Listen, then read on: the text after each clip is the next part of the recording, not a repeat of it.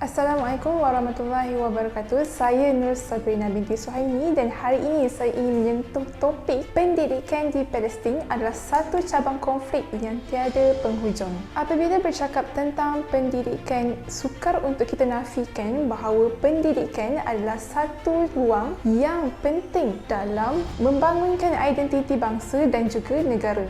Siapa sangka pendidikan juga adalah peluang pembebasan terutamanya kepada rakyat Palestin, dan sebenarnya agenda pengyahudian Judaization yang sedang dilakukan bakal memberi impak yang besar kepada rakyat Palestin yang majoritinya berbangsa Arab. Agenda pengyahudian adalah satu strategi yang telah digerakkan oleh Zionis sejak penubuhan negara Haram Israel pada tahun 1948. Zionis menggunakan strategi ini untuk memastikan demografi dan topografi Palestin dapat diubah kepada sebuah negara yang hanya diduduki oleh orang Yahudi atau bukan Yahudi yang mengamalkan cara hidup dan budaya orang Yahudi. Agenda ini telah ditentang oleh Pertubuhan Bangsa-Bangsa Bersatu PBB kerana telah melanggar Artikel 49 pada Konvensyen Geneva keempat.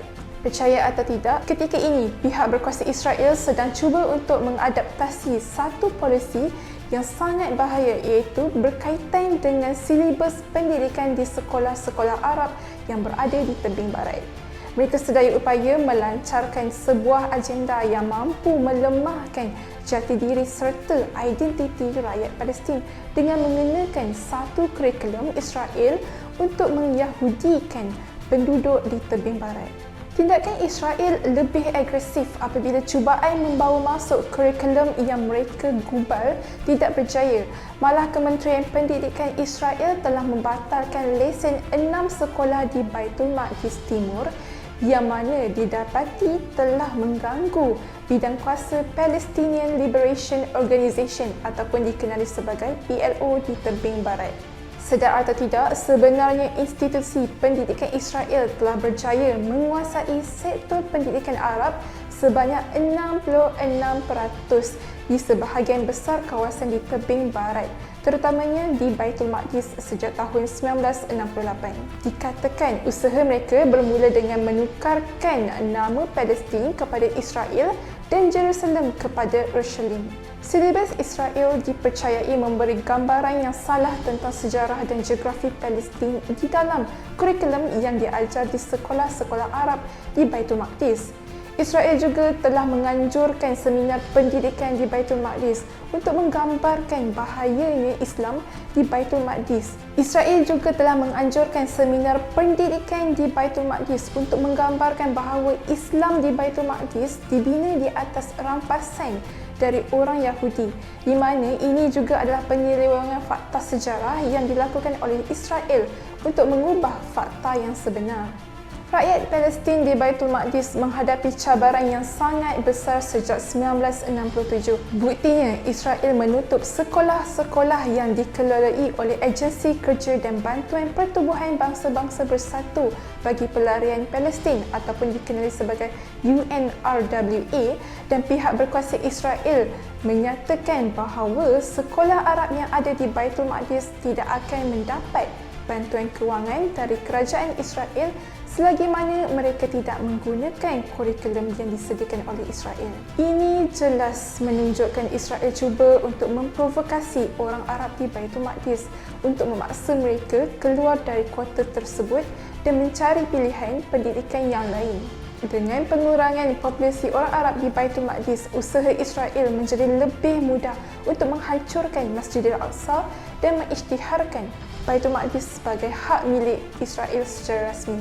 Sebuah kajian daripada B'Tselem mendedahkan bahawa kadar keciciran pelajar Arab di sekolah menengah di Baitul Maqdis telah mencapai hampir 50% sejak sedekad yang lalu. Perancangan yang bersifat rasis ini bukanlah sesuatu yang baru. Sebaliknya, Israel telah beberapa kali melakukan percubaan ini setiap tahun, tapi mereka tidak akan mampu untuk menukarkan cara fikir rakyat Palestin kepada naratif yang dibawa Israel. Usaha Israel ini pasti akan dilakukan secara berterusan bagi memastikan warisan yang dimiliki oleh rakyat Palestin akan hilang di telan zaman dan kemudian ia akan menjadikan perancangan Israel lebih mudah untuk menjadikan Palestin sebagai sebuah negara tunggal. Kita juga tidak boleh memandang ringan kepada rakyat Palestin yang cekal dalam menghadapi tekanan yang diberikan oleh Israel, walaupun ia melibatkan nyawa mereka.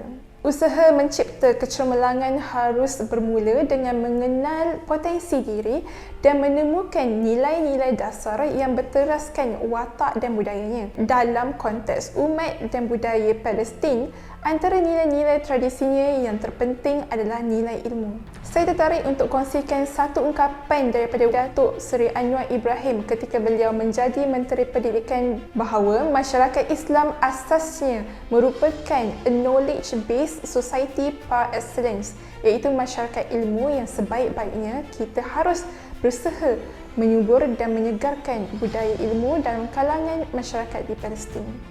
Kita percaya bahawa pendidikan mampu melahirkan kepimpinan mereka yang seharusnya mempunyai wawasan kebudayaan yang selaras dengan cita-cita tersebut dan mampu menterjemahkannya ke dalam bentuk perancangan budaya yang tersusun.